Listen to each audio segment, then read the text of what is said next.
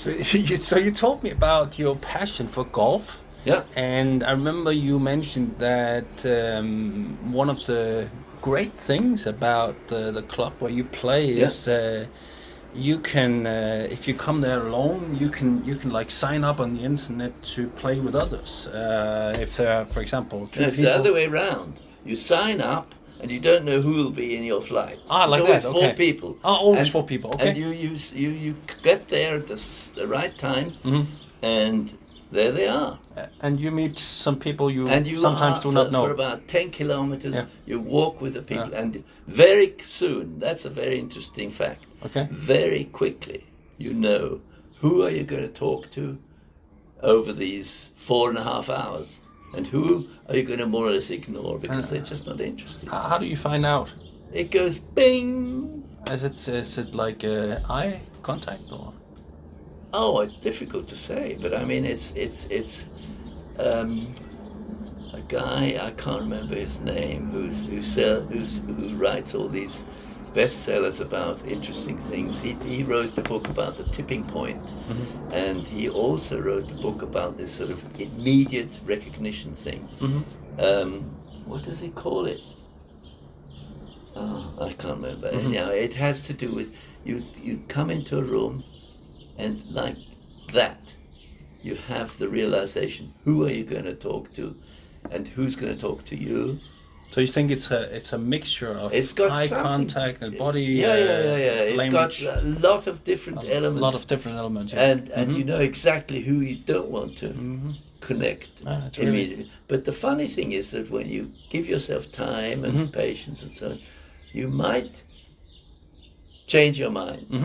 And that's an interesting factor. Absolutely. You change your mind and you suddenly say, oh, I didn't realize that this person was so interesting. You can be wrong about your assumptions. You can be wrong about your first Impression. instinct. Yeah, Your yeah, first instinct. Yeah. But the first instinct tells you exactly in a group of people who you want to talk to.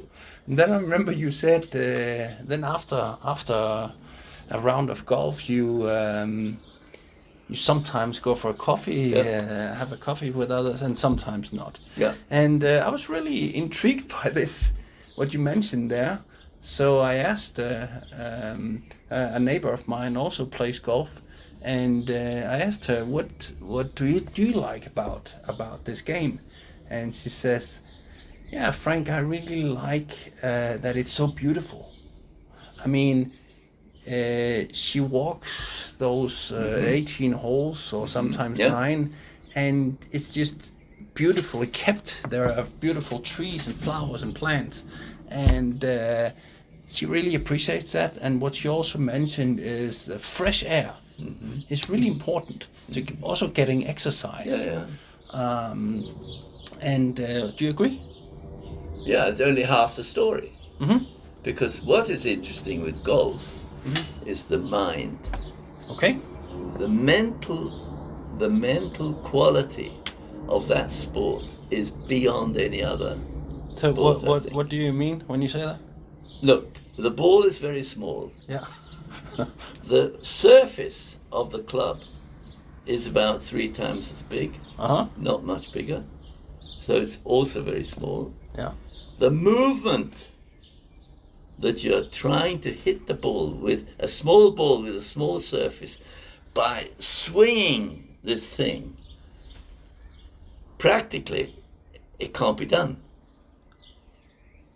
If you try and do it, for the first time you hit a ball, you can't hit it. Because you've got to wait until the thing comes and then the ball goes pop. You've got to learn to sort of give way to a swing and a movement that you have learned, of course. It's like learning how to ride a bicycle. At the beginning, you just fall off the bike. But as you go along, your body learns. Okay. And if you try and direct, there's people who have these very, very complex movements that they practice, and they know exactly what to do, and the ball goes boing, and they are terribly frustrated because they can't let go. And you see, if I say the sport is very mental, it's super mental because you have to also, in your mind, you have to stop thinking. I mean, try and do that. It's Zen. Zen. Zen. Okay. Zen is a method of meditation where you're trying not to think. Uh-huh. And where suddenly things sort of happen in your mind. And with golf, it's exactly the same thing. You have to trust that your body has learned something. And you have different lengths of clubs, so it gets even more complicated because each swing is a bit different. With a shorter club, a longer club, a more powerful club. And if you take 200 meters, your club hits it a bit askew, the ball goes on the right or on the left. So, and you try to get it straight. You can't do it if you don't trust your body and your mind. Mm-hmm. That's what I mean, why golf is to me more than just nature and walking 7 to 10 kilometers. Mm-hmm.